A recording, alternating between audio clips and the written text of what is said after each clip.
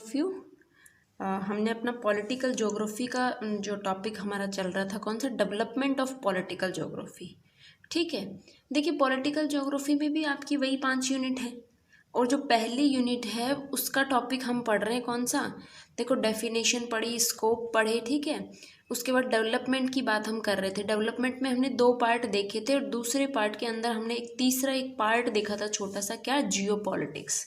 और जियो पॉलिटिक्स में हमने हार्शॉफर के, कैजलिन के, ठीक है, रेडजल के, रीटर के, इन सब के हमने क्या देख लिए थे, व्यूज़ क्या क्या हैं, क्या क्या इनके जो सिद्धांत है वो इसमें हमने देखे थे।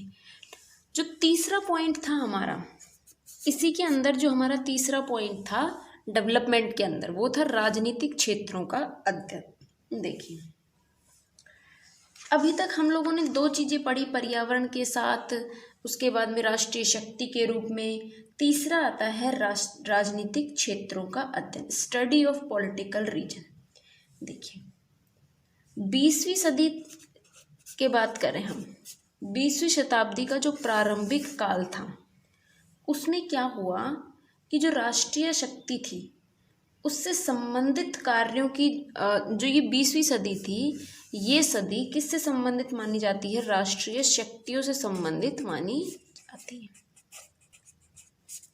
भूगोलवेत्ताएं थे, बहुत सारे भूगोलवेत्ता हुए जिन्होंने इस अध्ययन का इसके ऊपर बहुत ज़्यादा अध्ययन किया और फिर लास्ट में एक कंक्लूजन हमारे सामने निकाल के रखा। जो राजनीतिक क्षेत्रों का अध्ययन है, कोई भी एक क्षेत्र है उसका राजनीतिक तौर पर अध्ययन करने के लिए हमें उसकी 3 चीज़ें जानना बहुत ज़रूरी होता है। देखिए पॉलिटिकल ज्योग्राफी में बार बार कह रही हूँ आपको, पॉलिटिकल ज्योग्राफी से इसको कनेक्ट करते हुए चलना है। जो राजनीतिक क्षेत्र हैं उनका जब अध्ययन करते हैं, कोई एक पॉलिटिकल रीजन है जब उसका अध्ययन करते हैं तो 3 चीज़ों का अध्ययन हमें करना पड़ता है। पहला है राजनीतिक क्षेत्र का सैद्धांतिक, राजनीतिक क्षेत्र का सैद्धांतिक अध्ययन, ठीक है। दूसरा अगर आप देखेंगे तो आता है राजनीतिक उपक्रमों का अध्ययन। एक राजनीतिक क्षेत्र का अध्ययन करने के लिए हमें ये 3 चीज़ें याद करनी पड़ेंगी, 3 चीज़ों का अध्ययन करना पड़ता है। फिर विशिष्ट राजनीतिक क्षेत्रों का अध्ययन। कोई भी एक राजनीतिक क्षेत्र का अध्ययन अगर करना है तो हमें इन 3 पॉइंट्स को ध्यान में रखना है। एक तो उस राजनीतिक क्षेत्र का सैद्धांतिक अध्ययन करना पड़ेगा, उसके बहुत सारे जितने भी उपक्रम हैं उनका अध्ययन करना पड़ेगा। फिर विशिष्ट जो राजनीतिक क्षेत्र है उसकी कुछ विशेषताएं होंगी, कुछ विशिष्ट है वो अलग दूसरे राज्यों से कैसे वो अलग है, उसका अध्ययन हमें करना पड़ेगा, तब हम एक कंप्लीट राजनीतिक क्षेत्र का अध्ययन कर पाते हैं। तो सबसे पहले पॉइंट हम लेते हैं राजनीतिक क्षेत्र का सैद्धांतिक अध्ययन। देखिए पहले पॉइंट में अगर बात करें कि राजनीतिक क्षेत्र का सैद्धांतिक अध्ययन, राजनीतिक भूगोल में अगर बात करें तो जो सैद्धांतिक अध्ययन होता है वो बहुत कम किया जाता है। किसी भी चीज़ का जब अध्ययन करते हैं तो उसको सैद्धांतिक रूप में हमने कम अध्ययन उसका किया है। 1930 में देखो आपको यही चीज़ें याद रखनी है कि किसने क्या क्या विचार दिए किस थ्योरी के अंदर, आपको एग्ज़ाम में भी वही सब लिखना है। इसमें कोई कहानी वाली चीज़ें नहीं आ सकती। जैसे हमने इंडियन ज्योग्राफी में पढ़ा कि भाई हम लोग मैप से पढ़ लें या फिर अलग जो है चीज़ों को समझ समझ के पढ़ रहे हैं, इसमें जो चीज़ें हैं आपको वही चीज़ें याद करनी पड़ेंगी। राजनीतिक क्षेत्र का सैद्धांतिक अध्ययन, इसमें सबसे पहले हम बात करें कि 1930 में हार्टशॉन नाम के एक विद्वान हुए। हार्टशॉन को राजनीतिक भूगोल के क्षेत्र निर्धारण हेतु, जब ये हार्टशॉन महोदय जो रहे, ये क्या कर रहे थे कि एक राजनीतिक भूगोल का क्षेत्र का निर्धारण कर रहे थे कि राजनीतिक भूगोल के अंदर हम क्या क्या पढ़ेंगे, राजनीतिक भूगोल के क्षेत्र का निर्धारण कर रहे थे। लेकिन हुआ ये कि इनको स्पष्ट जो है क्या नहीं मिल पाया, स्पष्ट जो है तथ्य इनको नहीं मिल पाए। फिर क्या हुआ, जब सेकेंड वर्ल्ड वॉर हुआ 1945 के अंदर, तो विटलेसी महोदय ने, एक विटलेसी नामक विद्वान हुए, इन्होंने लिखा कि मुझे राजनीतिक घटनाओं में स्थान स्थान पर जो क्षेत्रीय भिन्नताएं मिलती हैं वही राजनीतिक भूगोल का मूल तत्व इन्होंने माना। देखो, सबसे पहले 1930 में हार्टशॉन ने अध्ययन किया, लेकिन इनको राजनीतिक भूगोल के क्षेत्र का संपूर्ण अध्ययन प्राप्त या फिर तथ्य इनको नहीं मिल पाए। फिर द्वितीय विश्व युद्ध शुरू हो गया 1945 में, तब विटलेसी महोदय रहे। इन्होंने क्या किया, इन्होंने लिखा कि मुझे जितनी भी राजनीतिक घटनाएं हैं स्थान स्थान पर, मतलब हर एक स्थान के ऊपर क्षेत्रीय भिन्नताएं मिलती हैं और वही राजनीतिक भूगोल का क्या है, मूल तत्व इन्होंने बता दिया कि जो विभिन्नताएं हैं, जो क्षेत्रीय भिन्नताएं हैं, वही किसी राजनीतिक भूगोल का मूल तत्व होती हैं।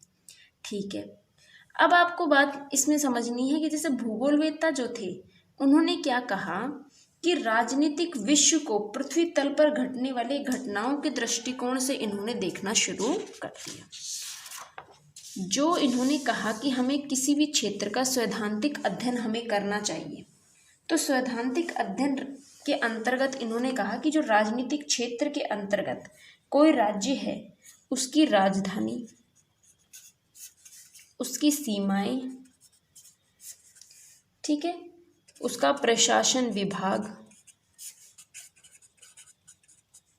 ठीक, ये सारी चीज़ें और भी बहुत सारी चीज़ें होती है आदि इसमें सम्मिलित किए जाते हैं। जब किसी राजनीतिक क्षेत्र का हम अध्ययन करते हैं, राजनीतिक क्षेत्र की बात करते हैं, तो राजनीतिक क्षेत्र में ये सारी चीज़ें अपने आप आ जाती हैं। ठीक है, राजनीतिक भूगोल में सिद्धांत की अगर बात करें तो 1935 में हमने बात करी थी कि किसने दिया था, वो हार्टशॉन ने 1930 में सिद्धांत शुरू किया था। फिर उन्होंने 1935 में हार्टशॉन ने क्या किया, एक सिद्धांत दिया अपना, संरचना